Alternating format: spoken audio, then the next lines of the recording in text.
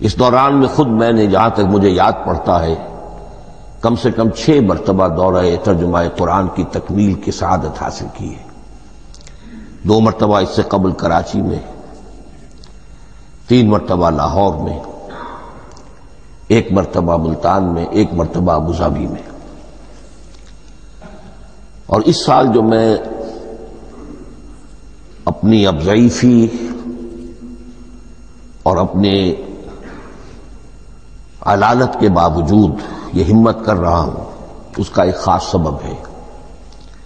اور وہ یہ کہ اللہ کے فضل و کرم سے بعض صورتیں ایسی پیدا ہوئیں کہ کیبل ٹی وی پر میرے ان دروس قرآن یا دورہ ترجمہ قرآن کے کیسٹ دکھائے گئے بھارت میں، اور وہیں سے یہ درخواست بھی موصول ہوئی کہ ہم چاہتے ہیں کہ اسے سیٹلائٹ پر ٹیلی کاسٹ کرائیں، لیکن اس کے لیے اس کی جو ریکارڈنگ ہے اس کا معیار بہتر ہونا چاہیے۔ تو اس ضرورت کو پورا کرنے کے لیے میں یہ ہمت کر رہا ہوں، اگرچہ اب جو بھی عمر کی سطح ہے وَمَن نُعَمِّرْهُ نُنَكِّسُ فِي الْخَلْقِ، میری یادداشت بھی اتنی شارپ نہیں رہی ہے جتنے پہلی تھی، استحضار جو کراس ریفرنسز کا ہے وہ بھی اب اتنا نہیں ہے جتنا کہ پہلے تھا، اور کبھی کبھی میری زبان لڑکھڑاتی بھی ہے۔ ان تمام معذوریوں کے باوجود اس ایک اہم ضرورت کے تحت میں نے یہ ارادہ کیا۔ میں خود بھی اللہ سے دعا کرتا ہوں، آپ بھی اللہ سے دعا فرمائیں کہ اس ارادے کی تکمیل ہو جائے، اور اس سلسلے کو اللہ تعالیٰ اپنے کلام پاک کے پیغام اور علم اور حکمت کی ایک بڑے پیمانے پر پورے عالم انسانیت میں پھیلانے کا ذریعہ بنا دے۔ تعارف قرآن کے ضمن میں سب سے پہلی بات جو سمجھنے کی ہے وہ یہ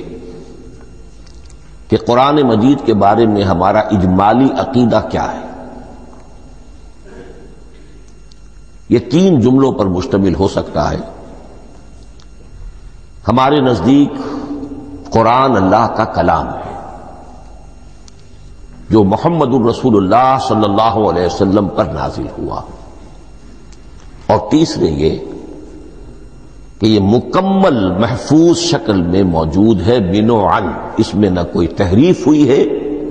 نہ کوئی تبدیلی ہوئی ہے۔ یہ کم سے کم 3 اجزاء ہیں ہمارے عقیدے کے قرآن مجید کے بارے میں۔ لیکن اب اس کی کچھ علمی توضیحات۔ سب سے پہلے یہ کہ کلام ہونا، اس کا اللہ کا کلام ہونا، اس لیے کہ آپ کے علم میں ہے یہ تورات جو حضرت موسیٰ علیہ السلام کو دی گئی تھی وہ لکھی ہوئی شکل میں پتھر کی تختیوں پر لکھی ہوئی صورت میں دی گئی تھی، اور قرآن مجید کی تنزیل جو محمد رسول اللہ صلی اللہ علیہ وسلم پر ہوئی ہے وہ ایک مختلف صورت میں ہوئی ہے۔ اس کو قرآن مجید خود اللہ کا کلام قرار دیتا ہے۔